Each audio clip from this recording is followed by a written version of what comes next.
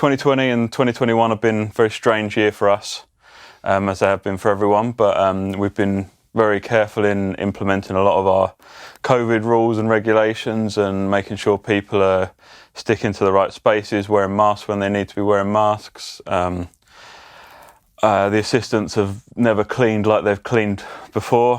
Microphones being scrubbed, pop shields scrubbed, headphone pads, ear pads changed, all that stuff. So I think Metropolis is probably the cleanest it's been in 30 years. So yeah, hopefully we're on the way out of it now, but we've coped, and our clients have still been coming back when they can. Obviously, there's been times when it's not possible, but yeah, we've coped, and I'm glad we're coming out the other side of it. I think a lot of the clients we've had back have been sort of our regular clients, people who've been here before. There have been a few new things, and we're doing a lot of live streaming as well now. We've actually bought our own kit, so we've set up to do our own live streams. The sessions have been very similar to what we were doing before, just with limited numbers. So rappers aren't able to bring 20 of their mates anymore, unfortunately. So, but yeah, it's just reduced numbers, lots of doing things over Zoom. I recorded the Little Mix album last year, just after the first lockdown sort of ended. And that was all done with producers on Zoom. And each of the girls coming in separately. So it's been different, and I think clients they've had to adapt, and it's been very hard for them because it's just not what they're used to. But knowing that you're going to come somewhere and be comfortable and be able to be creative, I think has probably been what's keeping people coming back. Our American clients obviously haven't been able to visit us for a year now, but we are generally quite popular with American clients and make up quite a large portion of our business in a normal year. And I think they just like the environment. They like the fact that we're a big space, and there's plenty of space to relax and be creative. The sort of go-to stuff is Neve mic pre's, and we were able to give them that, and the C800 mics and the stuff that they want that we get. And I think part of Metropolis's selling point is it's not just about the gear, it's about the fact that at the end of the day, studios are a service industry, or at least studios like Metropolis are a part of a service industry. It's about making people the most comfortable they can be. I think having our history and the legacy of the place, people sort of just, that's taken care of. They know that what they record is going to be recorded well, and it's about coming somewhere, being comfortable and being creative and being able to relax. So we've had Neve 1081s, we've had a pair floating between all the rooms for as long as I've been here. I don't know how long that we've owned them. And we've been slowly investing in getting 1073s. We had a pair floating between rooms. We bought a second pair beginning of last year. And now we're just adding it in another 2 pairs. So the idea is that we're going to have 1073s in every room, because they have become the most popular mic pre for vocals generally in the work we're doing.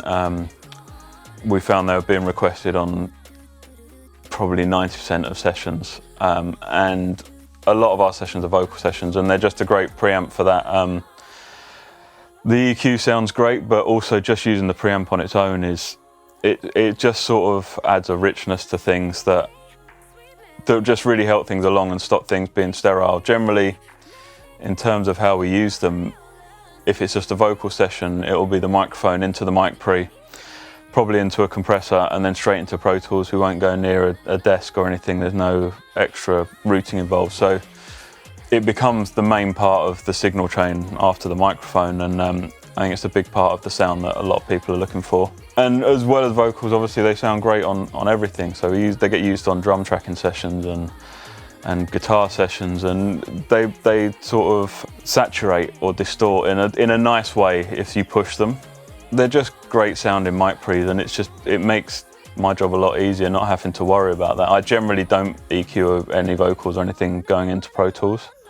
I might add some of the top band on the 1073 or the 1081 just for a little bit of air on it, but other than that, generally it sounds so good on its own that gives us a good place. And if it's being mixed here or being mixed elsewhere, I know whoever's mixing it is going to have something they can work with really well, but also not have to spend a lot of time getting to a good place, because it should already sound good, hopefully. If you're recording a vocal in Studio A and then it's not available next week and you need to come back and record it, you know you can go upstairs and use exactly the same signal chain. And then we also have neve compressors in every room. So in Studio A and B, we've got the 2254s, the vintage ones of those, which we use regularly on lots of stuff. I love them on drum bus. So if I'm doing a live to vinyl cut, that'll be the drum bus I have set up. And then upstairs in Studio E and C, there's 33609, which is sort of the more modern version of the compressors. Again, great on drums and stuff, also great on vocals. So they get used up there for a lot of mix sessions for drum buses or for whatever else people want to use them for, really. So the Little Mick project, the album was started probably, I can't remember if it was December 2019 or January we started in 2020.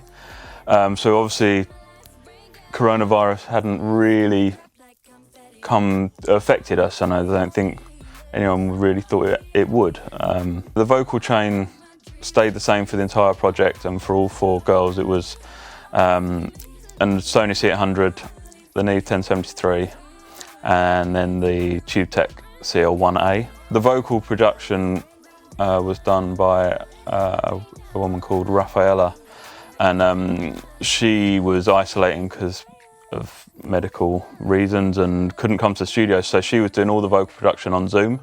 She'd send me a template in Logic, which I had to learn as we went along because I've never used it before. So you send me a template in Logic, I'd record everything in Logic, send the project back to her, and she'd comp through vocals and work out what we needed to record again. And then there were also other producers who'd either worked on the track or written the track with the girls, and so they'd be sitting in on the Zoom call as well. Sometimes if it was only one person, they'd come in and be in the room as well. But it was a different workflow, but we sort of got used to it, and it worked very well.